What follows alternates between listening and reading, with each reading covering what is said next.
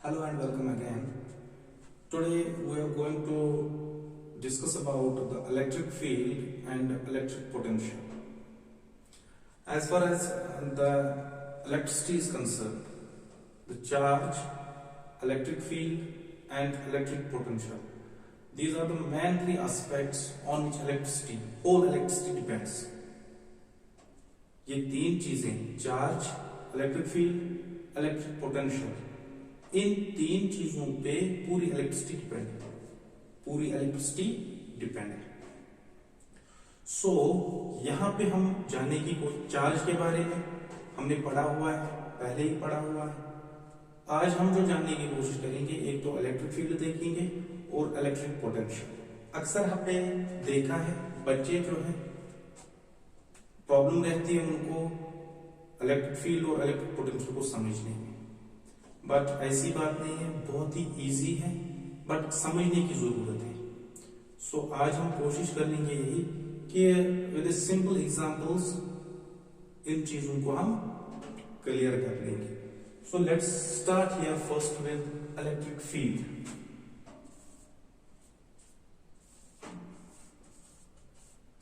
Electric field.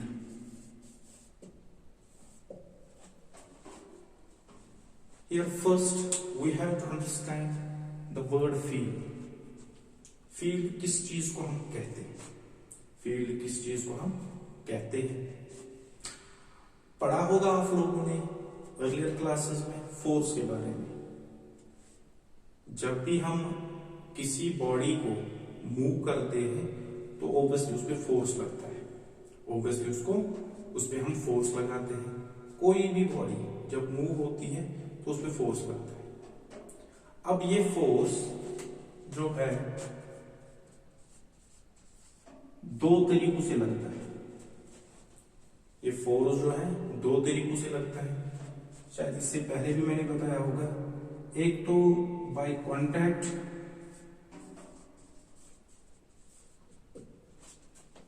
और दूसरा bye non contact.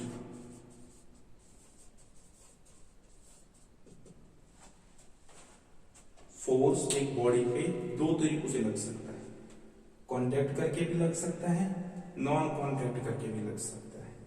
अगर हम कांटेक्ट की एग्जांपल देखेंगे, हमने अगर डोर को ओपन करना है तो ऑब्वियसली हाथ लगाना है, तभी जाके डोर ओपन होगा, ठीक है। सो दैट मीन्स वहां पे फर्स्ट प्रायोरिटी जो है दैट इज कांटेक्ट। कांटेक्ट जब होगा तब जाके डोर खुलेगा, दैट मीन्स हमने फोर्स डोर पे लगाया है बट विद कांटेक्ट। तो ऐसे फोर्सेस जो है इनको हम कहते हैं कांटेक्ट फोर्सेस। इनको क्या कहते हैं? Contact forces. बट ऐसा भी है कि फोर्स एक बॉडी पे लगता है विदाउट कांटेक्ट। बेस्ट एग्जांपल हम कहते हैं, ये इसको अगर छोड़ लेंगे तो ये कहां जाएगा? टुवर्ड्स अर्थ। अर्थ इसको अपनी तरफ खींचती। क्या अर्थ ने हाथ लगाया है? नहीं, बस यहाँ पे ऑब्जेक्ट है, इसको छोड़ा हमने तो ये अर्थ की ओर गई। बेस्ट एग्जांपल एक और है, मैग्नेट देखते हैं, ये मैग्नेट है, यहाँ पे एक और मैग्नेट पीस है, सामने रखते हैं तो एक दूसरे पे फोर्स एक्सपीरियंस करते हैं, एक दूसरे पे फोर्स लगाते हैं। Without contact the two objects they experience force. So हम कहेंगे force is being applied without contact.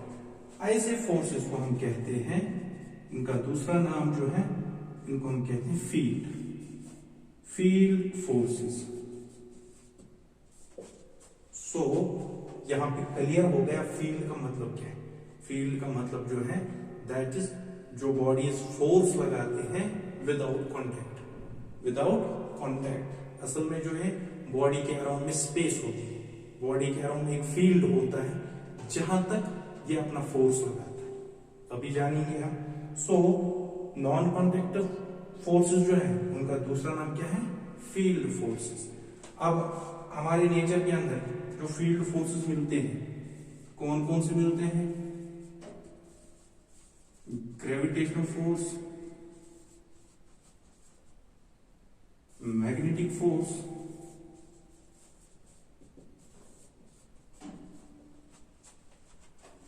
एक और है इलेक्ट्रिक फोर्स।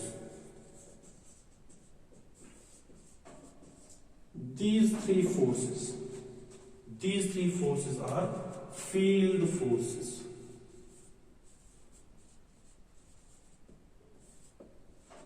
These are, ये तीनों फोर्सेस जो है किस तरह के फोर्सेस हैं? Field forces. देखा है ग्रेविटेशनल फोर्स दो बॉडीज के बीच, वो दो बॉडीज जिनके पास मास है। पहले ही टॉपिक में हमने पढ़ा है, जब हमने इंट्रोडक्शन में देखा था कि एक बॉडी जो है उसके पास एक कैरेक्टरिस्टिक होती है, दो कैरेक्टरिस्टिक्स होती है। एक तो उसके पास मास होता है और दूसरा एक और इनहेरेंट प्रॉपर्टी जो होती है, इनहेरेंट कैरेक्टरिस्टिक जो होता है, that is the body has a charge. The body has a mass की वजह से वो ये वाला फोर्स लगाता है, ग्रेविटेशनल फोर्स, ठीक है। और चार्ज की वजह से इलेक्ट्रिक फोर्स लगाता है। चार्ज की वजह से कौन सा फोर्स लगाता है? Electric force. ये पढ़ा होगा आप लोगों ने प्रीवियस क्लास में, ये magnetic force in the very next unit हमने पढ़ना है इसको। यहां पे जो है बात किसकी हो रही है? Electric force. यहां पे बात किसकी हो रही है? जो फोर्सेस चार्ज लगाते हैं, जो फोर्सेस कौन लगाते हैं? चार्जेस लगाते हैं, उनको हम कहेंगे इलेक्ट्रिक फोर्सेस। और ये तीनों फोर्सेस जो हैं they are field forces. That means कि जो बॉडीज हैं वो फोर्स लगाते हैं विदाउट कॉन्टैक्ट। तो अगर इसके लिए हम बेस्ट एग्जांपल कहेंगे, अक्सर ये एग्जांपल मैं देता हूं, बेस्ट एग्जांपल एक स्पाइडर। ये एक स्पाइडर है,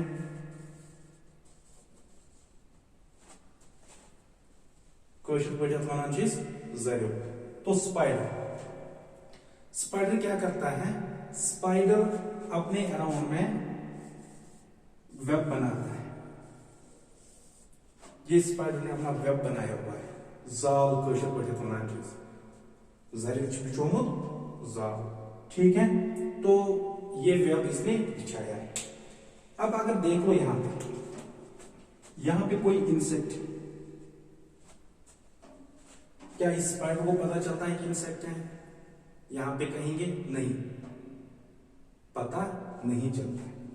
बट जो ही ये इंसेक्ट आगे बढ़ता है, जो ही ये यहां पे आएगा ये इंसेक्ट, क्या स्पाइडर को पता चलेगा? आंसर इज यस, इसको पता चलेगा। क्यों पता चलेगा?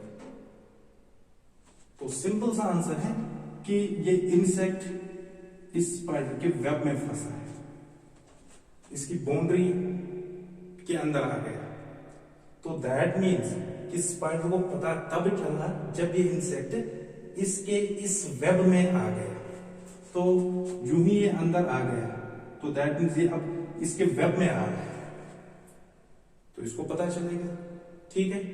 अब दूसरी बात यह है कि ये इंसेक्ट अगर इसको लगता है खाने के काबिल है तो खाएगा, अगर नहीं तो ये बाहर जाएगा, ये इंसेक्ट वापस, ठीक है। तो कहने का मतलब ये है कि ये एरिया, ये वो एरिया है जिस एरिया के अंदर कोई भी इंसेक्ट आएगा, ये वो एरिया है जिस एरिया के अंदर कोई भी इंसेक्ट आएगा स्पाइडर को पता चलेगा, स्पाइडर को पता चलेगा। सो इन नटशल हम ये कहेंगे ये वेब जो है इतने एरिया के अंदर, इतने एरिया के अराउंड में, स्पाइडर के अराउंड में ये एरिया जो है जहां पे इसने वेब बिछा है, इस वेब में जो कोई भी इंसेक्ट आएगा इसको पता चलेगा। दैट मीन्स ये हम कहेंगे ये इसका फील्ड है, ये स्पाइडर का क्या है? फील्ड है। Same is the case with charge. Charge जो है, चार्ज भी जब फोर्स लगाता है तो अपने चारों तरफ एक स्पेसिफिक एरिया लेता है, उस एरिया के अंदर वो अपना फोर्स लगाता है। सिमिलर केस लाइक दैट, इस तरह के हम कह सकते हैं बिल्कुल इसी तरह जो है एक चार्ज जो है अपने चारों तरफ फोर्स लगाती है। Here if this is a charge, चलो पॉजिटिव चार्ज लेंगे, कोई चार्ज है प्लस क्यू, तो ये अपने अराउंड में ये इसने अपना एक एरिया लिया है जिस एरिया के अंदर ये फोर्स लगाता है। अब अगर यहां पे कोई चार्ज है, लेट्स सपोज नेगेटिव चार्ज है, फॉर एग्जांपल यहां पे, क्या इस चार्ज को पता चलता है कि यहां पे है? हम कहेंगे इस पे फोर्स एक्सपीरियंस नहीं हुआ, क्योंकि ये चार्ज इसके फील्ड से बाहर है, इसके फील्ड से बाहर। बट जो ही अगर इस चार्ज को हम यहां पे लाएंगे, इस चार्ज को यहां पे लाएंगे, तो ये वाला जो है इस पे फोर्स लगा लेगा। दैट मीन्स इस चार्ज पे फोर्स एक्सपीरियंस होगा। जैसे हम देखते हैं मैग्नेट यहां पे रखा है, यहां पे एक कील रखी है, क्या इनके बीच फोर्स लगता है? अगर लगता भी है नेग्लिजिबल, बहुत कम, क्योंकि बहुत दूर है। बट जो ही ये कील हम आगे लाते हैं, जो ही इसको यहां लाते हैं, यहां पे छोड़ दो, ये यहां पे स्टक होता है। जो ही इसको पीछे ले जाएंगे, यहां पे छोड़ेंगे, तो ये इस पे फोर्स नहीं लगाएगा।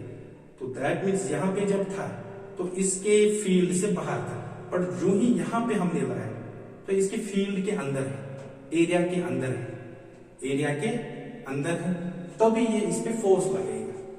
सिमिलरली ये चार्ज जो ही इसके एरिया में आएगा तो इस पे फोर्स लगा लेगा। इस पे क्या लगा लेगा? विदाउट कॉन्टेक्ट, बीच में इनके बीच डिस्टेंस भी, but still they experience force on each other, they experience force on each other. So in nutshell हम ये कहेंगे कि इस चार्ज के अराउंड में एक ऐसी स्पेस, जिस स्पेस के अंदर ये अपना फोर्स एक्सपीरियंस करता है, ये अपना फोर्स लगाता है। ऐसे एरिया को, ऐसी फोर्स को हम कहते हैं इलेक्ट्रिक फील्ड। तो इस चार्ज के अराउंड में एक ऐसी स्पेस, जिस स्पेस के अंदर ये चार्ज जो है फोर्स लगाता है, उसको हम कहते हैं इट्स इलेक्ट्रिक फील्ड। चार्ज का इलेक्ट्रिक फील्ड, चार्ज का इलेक्ट्रिक फील्ड। सो हम अगर डेफिनेशन लिखेंगे यहां पे इलेक्ट्रिक फील्ड की, अगर हम डेफिनेशन लिखेंगे तो डेफिनेशन क्या लिखेंगे? सिंपल वर्ड्स में लिखेंगे the space around the charge.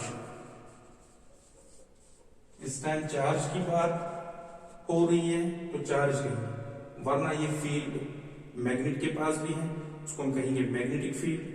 Gravitational force जो लगाता है वो भी फील्ड की सूरत में लगाता है, ग्रेविटेशनल फील्ड। ठीक है, तो यहां पे इस टाइम चार्ज की बात हो रही है तो चार्ज लिखा मैंने, the space around the charge wire its force can be experienced. Charge के अराउंड में वो स्पेस, जिस स्पेस के अंदर इस चार्ज का फोर्स एक्सपीरियंस किया जाएगा, उसको हम कहेंगे इस चार्ज का फील्ड, इस चार्ज का फील्ड। और नटशल में हम कहेंगे इसका इलेक्ट्रिक फील्ड, इसका। So charge has its electric field, charge has its electric field. अब जो इलेक्ट्रिक फील्ड है एक्चुअली इट्स ए फोर्स, क्योंकि जो ये चार्ज लगाता है फोर्स लगाता है, and force it's a vector quantity. Force कौन सी क्वांटिटी है? Vector quantity. So electric field जो है, electric field it's a vector quantity, it's a vector quantity. अगर हम मैथमेटिकली इसको लिखेंगे, इलेक्ट्रिक फील्ड को अगर हम मैथमेटिकली लिखेंगे, ये किसके बराबर होगा? It will be equal to force experienced by the charge divided by the quantity of charge. Force per unit charge, force per unit charge is electric field. Force per unit charge is electric field. Electric field के लिए symbol जो है capital E, force के लिए F and charge के लिए Q. तो ये फॉर्मूला बन गया इलेक्ट्रिक फील्ड का, फोर्स अपॉन या force per unit charge, force per unit charge. अब इसका क्वांटिटी तो लिख ली, वेक्टर क्वांटिटी है. यूनिट क्या बन जाएगा इसका, इलेक्ट्रिक फील्ड का यूनिट,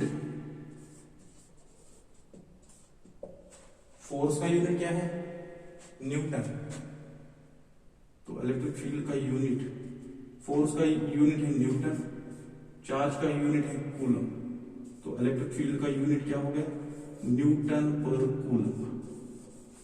न्यूटन पर इलेक्ट्रिक फील्ड का यूनिट हो गया न्यूटन पर कूलम, न्यूटन पर कूलम. अब इस इलेक्ट्रिक फील्ड की कुछ प्रॉपर्टीज, एक दो प्रॉपर्टीज हम देख लेंगे. फर्स्ट प्रॉपर्टी ये है कि ये इलेक्ट्रिक फील्ड जो है ये रिप्रेजेंट हम करते हैं विद लाइंस. फर्स्ट प्रॉपर्टी हम कहेंगे इलेक्ट्रिक फील्ड की, electric field is represented by imaginary lines. तो इलेक्ट्रिक फील्ड की रिप्रेजेंटेशन हम दिखाते हैं, ड्राइंग जो इसकी दिखाते हैं वो लाइंस की सूरत में दिखाते हैं, और वो लाइंस एक्चुअल में लाइंस नहीं है, वो इमेजिनरी लाइंस. बस सोचते हैं कि लाइन की सूरत में, वरना ये कोई लाइन नहीं है, वरना ये कोई लाइन नहीं है. तो ये एक प्रॉपर्टी की सूरत में हम कह सकते हैं इलेक्ट्रिक फील्ड. दूसरा ये है एक इंपॉर्टेंट प्रॉपर्टी हम कहेंगे कि इलेक्ट्रिक फील्ड जो स्टार्ट होता है, क्योंकि चार्जेस के बारे में हमने पढ़ा है, चार्जेस एक तो प्लस है एक तो माइनस है, एक तो प्लस है एक तो माइनस है, प्लस और माइनस. जो इलेक्ट्रिक फील्ड हम दिखाते हैं वो कहां से दिखाते हैं, वो फ्रॉम प्लस चार्ज से दिखाते हैं. कहां से, प्लस चार्ज से दिखाते हैं. इस तरह से हम कहेंगे,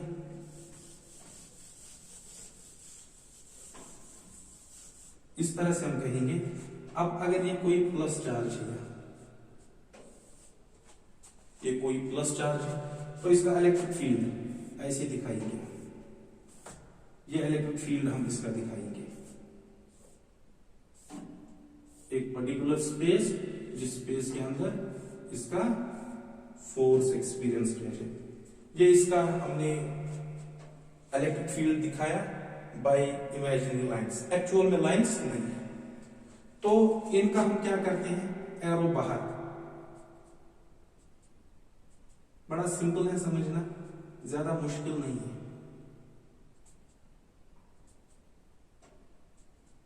पता होना चाहिए आप लोगों को ये. तो इनका एरो हम बाहर दिखाते हैं. तो इस एरो का सिंपल सा ये मतलब है कि जो इलेक्ट्रिक फील्ड लाइन है that starts from positive and ends up at negative. ये नेगेटिव यहां पे है, या सॉरी यहां पे हम दिखाएंगे एक और, दिस इज नेगेटिव. तो इसका भी अपना इलेक्ट्रिक फील्ड, और यहां पे एरो जो है इनवर्स की ओर दिखाते हैं. इसका क्या मतलब, इसका सिंपल सा ये मतलब है कि यहां से जनरेट होता है और नेगेटिव में एंड होता है, नेगेटिव में एंड होता है. सो अगर ये प्लस चार्ज है, ये माइनस चार्ज है, तो electric field line starts from positive goes to negative. इस तरह से एरो दिखाएंगे. इस एरो को आगे बढ़ाते हुए अगर हम ऐसे जाएंगे, एरो को आगे बढ़ाते हुए यहां पे प्लस से हमें एरो जो है बाहर की ओर दिखता है और नेगेटिव पे इनवर्ड्स दिखता है, तो इसको हम कहते हैं कि इलेक्ट्रिक फील्ड जो है it generates from positive charge and ends up at negative charge. बस इतना याद रखना है, कोई कंफ्यूजन नहीं रखना है, क्योंकि हायर है यहाँ पे, इसलिए जरूरी नहीं है आप लोगों को ये चीज, बट फिर भी मैं आपको बता रहा हूं क्योंकि उतना मुश्किल नहीं है याद रखना, यहाँ पे उतना मुश्किल ये चीज याद रखना नहीं है। अब रीजन क्या है ये आप लोग जो है हायर क्लास में जब जाओगे वहां पे इस चीज को ब्रीफली पढ़ोगे फिर से, बट यहां पे सिंपल एक प्रॉपर्टी में बता रहा हूं कि प्लस से स्टार्ट होगा, एंड अप कहां पे होगा, नेगेटिव, इसीलिए यहां पे एरो बाहर की ओर दिखाते हैं, नेगेटिव चार्ज पे एरो इनवर्ड्स की ओर दिखाते हैं। इसको हम कहते हैं कि इलेक्ट्रिक फील्ड जो है it generates from positive and ends up at negative. ये एक प्रॉपर्टी। दूसरी property, electric field generates from positive and ends up at negative charge. ठीक है, ये एक और प्रॉपर्टी है। अब तीसरी प्रॉपर्टी ये है कि अगर बहुत सारी चार्जेस है, अगर बहुत सारी चार्जेस है तो ये चार्जेस जो है पॉजिटिव चार्जेस, अगर हम कहेंगे पॉजिटिव चार्जेस बहुत सारी, इनका अपना अपना इलेक्ट्रिक फील्ड होगा, तो इन द फॉर्म ऑफ लाइन हम दिखाते हैं। क्या ये लाइन से इंटरसेक्ट करती है? नहीं, ये लाइन से इंटरसेक्ट नहीं करती है। तो तीसरी प्रॉपर्टी इलेक्ट्रिक फील्ड लाइंस की क्या है कि the electric field lines never intercept each other. बस यही तीन प्रॉपर्टीज ऑफ इस इलेक्ट्रिक फील्ड में याद रखो, ठीक है। So this is all about the electric field, this is all about the electric field. Now we will go to again one of the most important topic, that is electric potential.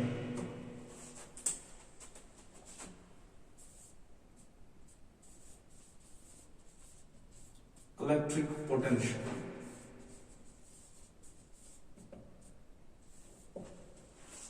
फिर से यहां पे सबसे पहले ये चीज समझना है, what does this potential mean. याद रखो ये पोटेंशियल जो है, potential it's a general term, it's a general term. Actual में ये जो है एक एनर्जी है, एनर्जी जो हम आम भाषा में बात करते हैं, इलेक्ट्रिक पोटेंशियल भी असल में एनर्जी है। इसको हम कह सकते हैं electric potential energy, electric potential. But generally अगर इस पोटेंशियल को हम देखेंगे, पोटेंशियल का मतलब क्या है? Potential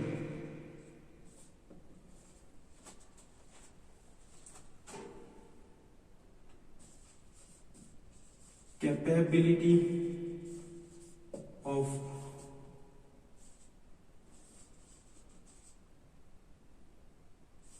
achievement, capability of achievement। चलो इतना याद रखो, अचीव करने की कैपेबिलिटी। बट ये अचीवमेंट कहां पे होती है?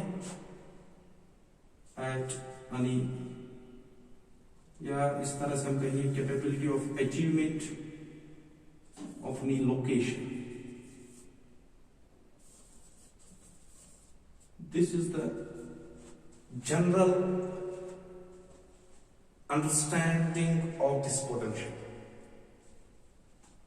किसी लोकेशन की, किसी पॉइंट का अचीवमेंट उसका अचीव करने की कैपेबिलिटी कितनी है। अगर मैं कहूं किस तरह से, एक बेस्ट एग्जांपल की सूरत में सिंपल सा हम कहते हैं, कोई बच्चा क्लास के अंदर, कोई बच्चा ब्रिलियंट होता है, कोई उससे थोड़ा कम होता है, कोई उससे कम, कोई एवरेज, कोई डल, बिल्कुल डल होता है। सो क्लास के अंदर ऐसे स्टूडेंट्स हम देखते हैं। एक ही कैटेगरी के स्टूडेंट्स नहीं मिलते, ब्रिलियंट, उसके बाद उससे थोड़ा कम, उससे कम, और लास्ट पे डल। ब्रिलियंट वाला जो है, जब एक टीचर पढ़ाएगा, जो कोई भी बात टीचर करता है, ब्रिलियंट स्टूडेंट जो होता है वो एकदम से उसको ग्रैब कर लेता है, उसको अचीव कर लेता है। तो हम कह सकते हैं इस बच्चे के पास जो कैपेबिलिटी है, जो इस बच्चे के पास कैलिबर है, वो अच्छा है, अचीव करने का कैलिबर इसके पास अच्छा है। तो हम ये भी कहते हैं कि इस बच्चे का जो पोटेंशियल है वो अच्छा है। इस बच्चे का पोटेंशियल याद रखने का या जो वो मेहनत करता है वो उसके पास अच्छा है। एक और एग्जांपल अगर हम कहेंगे, अगर हमने कोई शॉप डालनी है या शॉप लेनी है, उसके लिए सबसे पहले हम क्या कहते हैं? हम कहते हैं कि शॉप वहां पे मिलनी चाहिए जहां पे मार्केट हो। सबसे पहले प्रेफर जो हम करते हैं शॉप लेना, वो मार्केट में लेना करते हैं। क्यों? मार्केट, शॉप तो कहीं भी डाल सकते हैं, मार्केट में प्रेफर क्यों करते हैं? मार्केट में इसीलिए प्रेफर करते हैं क्योंकि वो मार्केट जो है, मार्केट में वो जो लोकेशन है, मार्केट अगर लोकेशन की बात करेंगे, पॉइंट की बात करेंगे, उस पॉइंट के पास ये कैपेबिलिटी है कि वो अर्निंग जो है वहां से, शॉप से अर्निंग जो होगी वो अच्छी होगी। वरना शॉप, मार्केट जो वीरान रोड जो है, जंगल में भी डाल सकते हैं, जंगल में भी तो डाल सकते हैं शॉप, पर उस जंगल की लोकेशन जो है वो इस शॉप के लिए सूटेबल नहीं है। शॉप जो डालेंगे उसके लिए हम सबसे पहले लोकेशन देखते हैं, तो दैट मीन्स मार्केट जो है उसके लिए अच्छी लोकेशन। सिमिलरली इसी तरह एक और एग्जांपल की सूरत में अगर हम कहेंगे, यहां पे एक बॉडी है एट पॉइंट ए। अब हम इस पे आते हैं, जो हमारा असल टॉपिक है। इन्हीं एग्जांपल्स को अब यहां पे समझने की कोशिश करें। ये एक बॉडी है, मैं इसको ऊपर उठा रहा हूं, ये यहां पे बैठा था तो मैंने इसको ऊपर उठाया, तो इस बॉडी पे वर्क डन हो गया, क्योंकि फोर्स लगा इस पे, डिस्प्लेसमेंट हो गई, वर्क डन हो गया। अब एक चीज है, ये बॉडी खुद वर्क डन कर लेगी या इस पे वर्क डन होगा, या तो बाई इटसेल्फ पे वर्क डन कर लेगा, खुद ही चलेगा, या किसी और एजेंट की वजह से, एक्सटर्नल एजेंट की वजह से वर्क डन होगा, वो अलग बात है। बट जब इस पे वर्क डन होगा, ये यहां पे था, इसको मैंने यहां पे उठाया, अब यहां पे मैंने इसको रखा, तो जो हमने वर्क डन किया, वो वर्क डन कहां चला गया? तो सिंपल सी बात है, वो वर्क डन इस बॉडी के पास रहा इन द फॉर्म ऑफ एनर्जी। अगर अब इस बॉडी को मैं यहां से छोड़ दूं तो ये तुरंत से क्या जाएगा? नीचे जाएगा। ये कहां जाएगा? तुरंत से क्या जाएगा? नीचे जाएगा। सो एक बॉडी जो ए से है उसको मैंने बी पे लाना है, तो I have to do work, या this body has to do work. इस बॉडी को वर्क करना है यहां से यहां तक जाने के लिए, तो वो वर्क जो होगा इस पॉइंट पे वो वर्क जो इसके पास आएगा in the form of energy store, in the form of energy इसके पास स्टोर रहेगा in the form of potential energy, in the form of potential energy. So अब यहां से अगर मैं इसको ऊपर ले जाऊं यहां पे, अब यहां भी इसके पास एनर्जी होगी। ये एक पॉइंट दूसरी लोकेशन थी, डिफरेंट लोकेशन से, और डिफरेंट लोकेशन पे डिफरेंट एनर्जी इस बॉडी के पास है। यहां पे ये एक लोकेशन है, यहां से अगर छोड़ दूं तो उतनी फास्ट से नहीं गिरेगा, बट जब यहां से छोड़ दूं तो थोड़ा फास्ट गिरेगा, क्योंकि इस लोकेशन पे इसके पास एक एनर्जी है, इस लोकेशन पे, इस पॉइंट पे इसके पास दूसरी एनर्जी है। यहां हम अगर कहेंगे यहां पे फॉर एग्जांपल 50 एनर्जी, यहां पे 100 एनर्जी, यहां से जब गिरेगा ए पे, यहां ए पे मान लो 0, ए पे जब ये गिरेगा, सी से ए पे गिरेगा तो फास्ट गिरेगा, यहां से कम ही गिरेगा। तो यहां पे मैटर जो है लोकेशन की है, मैटर जो किसका है, लोकेशन का है।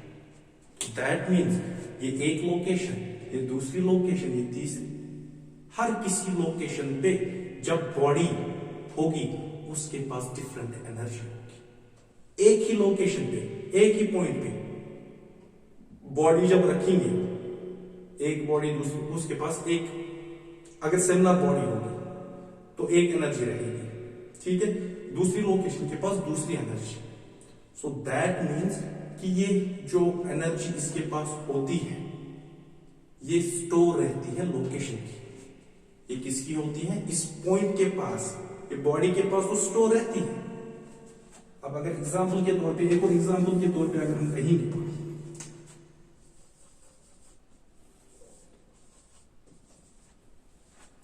A B,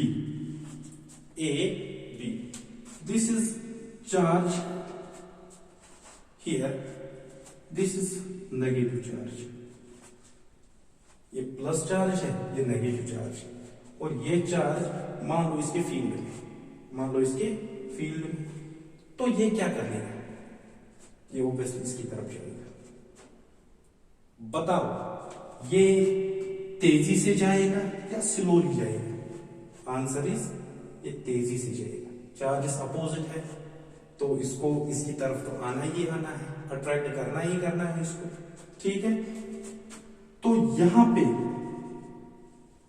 यहां पे यहां पे यहां पे डिफरेंट लोकेशंस पे इस चार्ज के पास, नेगेटिव चार्ज के पास डिफरेंट एनर्जीज होंगी, डिफरेंट एनर्जीज होंगी।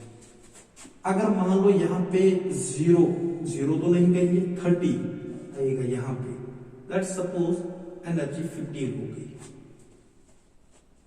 यहां पे जब आएगा 10, 5 एट लास्ट ये 0 हो जाएगा। तो दैट मीन्स इस लोकेशन पे इसके पास एनर्जी ज्यादा थी, अब यहां नेगेटिव है, ये पॉजिटिव है, इसको अट्रैक्ट तो करता है। अब डिफरेंट लोकेशंस पे जब ये पहुंचेगा, इस लोकेशन पे पहुंचेगा, तब इसके पास एनर्जी 30 नहीं हुई होगी, इसके पास 15 रही होगी। इस लोकेशन के पास 10, 5 एट लास्ट 0। अब अगर ये भी प्लस है, ये भी प्लस है, इस लोकेशन के पास, इसके पास क्या था 30। एज पर आवर नॉलेज ये प्लस है, ये भी प्लस है, तो ये आपस में क्या कर लेंगे, रिपल कर लेंगे। क्या ये बॉडी यहां आना चाहिए, नहीं, ये चार्ज यहां पे आना नहीं चाहिए। क्यों, क्योंकि ये लोकेशंस पे, डिफरेंट लोकेशंस पे जब यहां पे है, फॉर एग्जांपल इसकी एनर्जी 45 होगी, इस लोकेशन पे 50, इस लोकेशन पे 60, पर जब यहां पहुंचेगा ये चलो 80। एनर्जी फ्रॉम, जब दो charge plus plus similar charge हो तो एनर्जी बढ़ती है, यहां पे एनर्जी कम होती है। कहने का मतलब ये है डिफरेंट लोकेशंस में डिफरेंट एनर्जीज है। कहने का मतलब सिंपल ये है कि डिफरेंट लोकेशंस पे, डिफरेंट पॉइंट्स पे डिफरेंट एनर्जी, यहां भी डिफरेंट पॉइंट्स पे डिफरेंट एनर्जी। हम देखते हैं कि जो लकड़हार होता है वो जब लकड़ी को मारता है वो क्या करता है, वो उस लकड़ी को ऐसे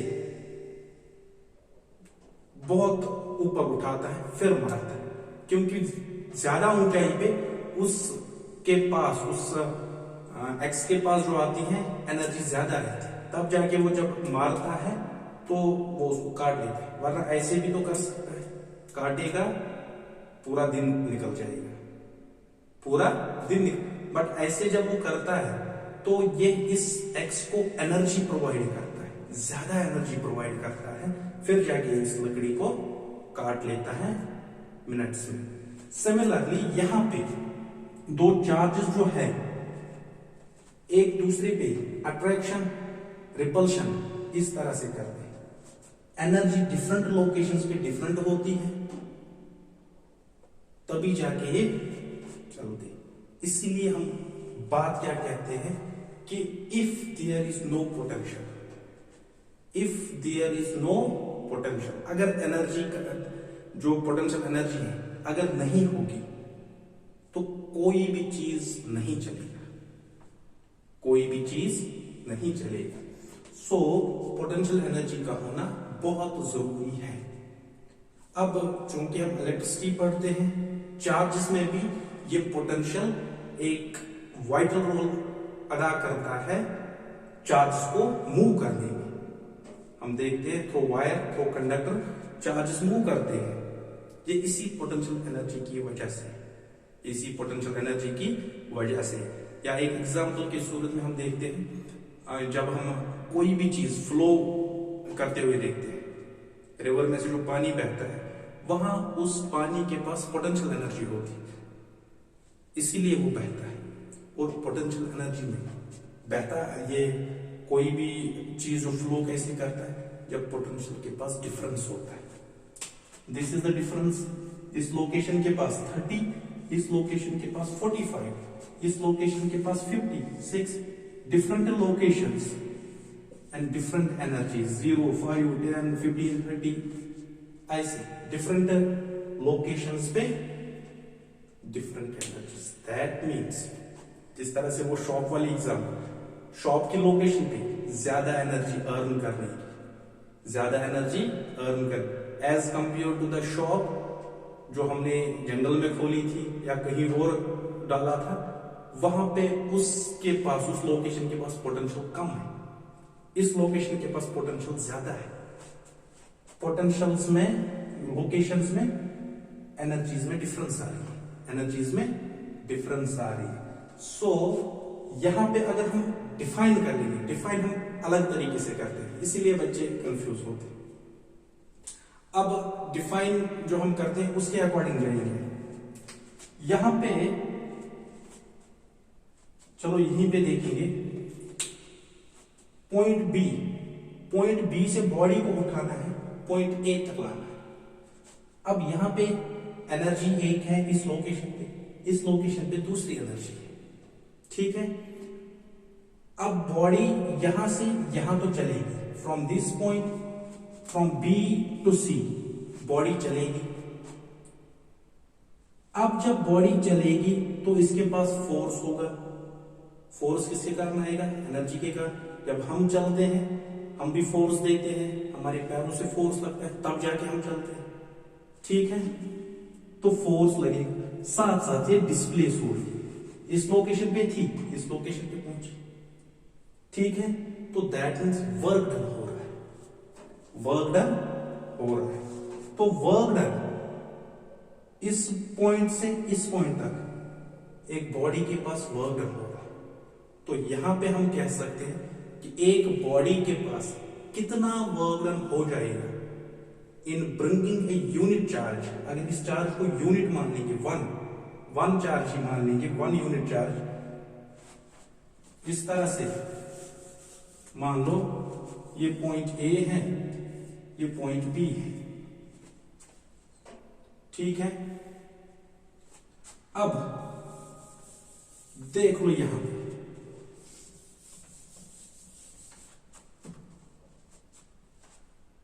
this is the another point C. ये पॉइंट बी जो है इसको एज्यूम कर लो this point is at infinity. Infinity पे क्यों हमने कहा? इन्फिनिटी का मतलब वो है कि जो फील्ड से बाहर है, चार्ज फील्ड से बाहर है। If this is the charge plus Q, for instance यहां पे चार्ज, इसका अपना फील्ड होगा, ये फील्ड है, दिस इज द फील्ड, ये इस चार्ज के पास फील्ड, ये चार्ज फील्ड से बाहर है। ये चार्ज जो है यहाँ पे एक और चार्ज है, let's suppose test charge plus Q, एक और है very small test charge plus Q, यहां पे ये चार्ज, तो ये इसके एक के कंपैरिजन में, इस चार्ज के कंपैरिजन में फील्ड से बाहर है, तो ये हम कहेंगे इज एट इन्फिनिटी। और इन्फिनिटी पे जो पोटेंशियल होता है दैट इज जीरो। इन्फिनिटी पे पोटेंशियल जो रहेगा दैट इज जीरो। अब डिफाइन देख लो कैसे कर लेंगे। इस टेस्ट चार्ज को इस इन्फिनिटी से लाने में इस पॉइंट पे, पॉइंट सी पे, and point C is in the electric field of this charge located at A, located at A.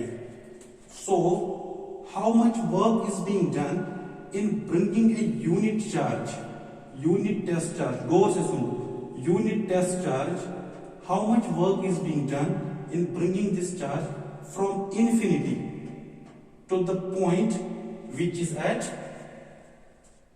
in electric field, which is in, इस दौरान कितना वर्क डन हमें करना पड़ेगा, that is the electric potential, that is the electric potential of that charge।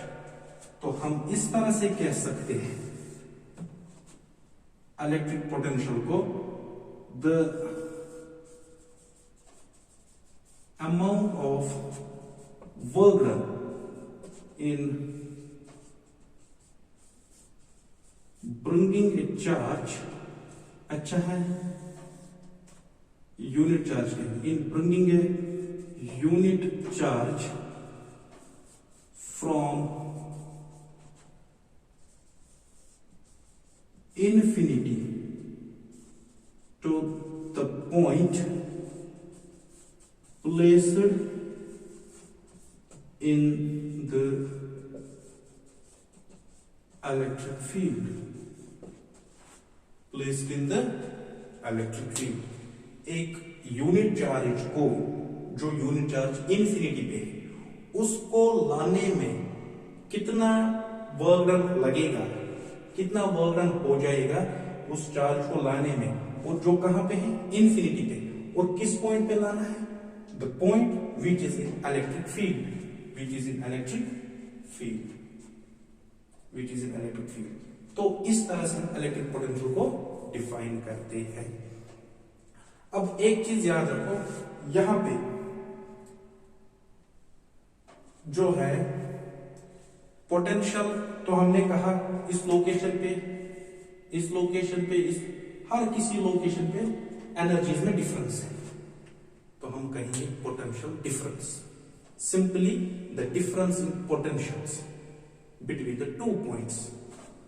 एक और term यहां से निकल के आई है, पोटेंशियल डिफरेंस। असल में जो ये इलेक्ट्रिक पोटेंशियल है, ये असल में इलेक्ट्रिक पोटेंशियल डिफरेंस ही होता है, क्योंकि अभी हमने कहा कि एक चार्ज यहां पे, एक पॉइंट यहां पे, दो पॉइंट्स के बीच की difference, if this is at infinity, इसीलिए ये जो डिफाइन हम करते हैं ये उस पॉइंट के लिए करते हैं जहां पे एक वाला जो है इन्फिनिटी पे है और इन्फिनिटी पे पोटेंशियल जीरो है, तो हम कहेंगे इलेक्ट्रिक पोटेंशियल डिफरेंस। क्या कहेंगे, सिंपल सा हम कह सकते हैं difference in electric potential between two points, between two locations. एक ही बात है, लोकेशंस कहेंगे, पॉइंट्स कहेंगे। This is location A, this is point B, this is point C, मान लो 100, यहां पे मान लो 150, यहां पे मान लो चलो 180, डिफरेंट लोकेशंस, डिफरेंट एनर्जीज। इस लोकेशन के पास 100, इसके पास इस लोकेशन पे 150, इस लोकेशन पे 180। अब दो पॉइंट्स के बीच, ए और बी के बीच पोटेंशियल्स में डिफरेंस कितनी है? This is higher potential, this is lower potential. 180 minus 150, 30 potential की डिफरेंस है। सो डिफरेंस होना जरूरी है, पोटेंशियल्स में डिफरेंस होना। जब तक पोटेंशियल्स में डिफरेंस नहीं होगी तब तक कोई चीज फ्लो नहीं कर लेगा। या इस तरह से भी कह सकते हैं, फ्लो जो होता है वो इसी पोटेंशियल डिफरेंस की वजह से होता है। जनरल बात, अगर हम देखते हैं रिवर्स में से जो पानी बहता है, क्यों बहता है? वहां पे पोटेंशियल्स में डिफरेंस होता है। वहां पे पोटेंशियल्स में, आप लोगों ने देखा होगा माउंटेन से नीचे पानी आता है। किसी ने देखा है नीचे से ऊपर माउंटेन्स में पानी जाते हुए? नहीं, क्योंकि माउंटेन्स में पोटेंशियल ज्यादा है और नीचे पोटेंशियल कम है, इसलिए ऊपर से नीचे पानी आता है। इसलिए ऊपर से, क्योंकि इस लोकेशन पे पोटेंशियल ज्यादा है, इस लोकेशन पे पोटेंशियल कम है, तो इसीलिए पानी नीचे आता है। तो याद रखो, हर कोई चीज जो नेचर के अंदर है, नेचर के अंदर हर कोई चीज जो है वो मिनिमम एनर्जी में रहना चाहता है। ये भी एक कारण है, इसलिए फ्लो होता है, इसलिए flow. Similar case is with charge. जब चार्जेस के अंदर, जब चार्जेस थ्रू कंडक्टर मूव करते हैं, वहां पे पोटेंशियल डिफरेंस होता है। ये एक वायर है, इस पॉइंट पे जब तक ना पोटेंशियल डिफरेंस होगा तब तक चार्ज मूव नहीं कर लेगी, तब तक चार्ज मूव नहीं कर लेगी। तो इसीलिए हम कहते हैं कि डिफरेंस का होना जरूरी है for the flow, for the, यहां पे अगर बात करते हैं चार्ज की, for the flow of charge, for the flow of charges हम कहेंगे पोटेंशियल डिफरेंस का होना जरूरी है। मैथमेटिकली अगर देख लेंगे पोटेंशियल को किस तरह से हम लिखते हैं, सबसे पहले इसका यूनिट, इसका सिंबल कहेंगे। पोटेंशियल डिफरेंस के लिए सिंबल जो है दैट इज कैपिटल V, और यूनिट जो है इसका वोल्ट। साइंटिस्ट जो थे जिसने इस पे काम किया वोल्टा, उसके नाम पे वोल्ट रखा है इसका यूनिट। अब पोटेंशियल जो है होता क्या है, मैथमेटिकली अगर कहेंगे दिस इज वर्क डन पर यूनिट चार्ज। मैथमेटिकली अगर पोटेंशियल डिफरेंस डिफाइन करना होगा, किस तरह से डिफाइन कर लेंगे? वर्क डन पर यूनिट चार्ज, वर्क डन पर unit charge, it's the potential difference, it's the potential difference या पोटेंशियल एनर्जी। अब जो है 1 वोल्ट पोटेंशियल किसको कहेंगे? ये तो पोटेंशियल हो गया वर्क डन पर यूनिट चार्ज। 1 वोल्ट पोटेंशियल किसको हम कहेंगे? 1 वोल्ट पोटेंशियल, इसको 1, इसको 1, इसको 1 कर दो, क्या बन जाएगा? व्हेन, अच्छा यहां पे 1 जूल 1 कूलम। व्हेन इस तरह से लिख लेंगे, when 1 joule of work is done, when 1 joule of work is done in bringing a charge of 1 coulomb from one point to another point,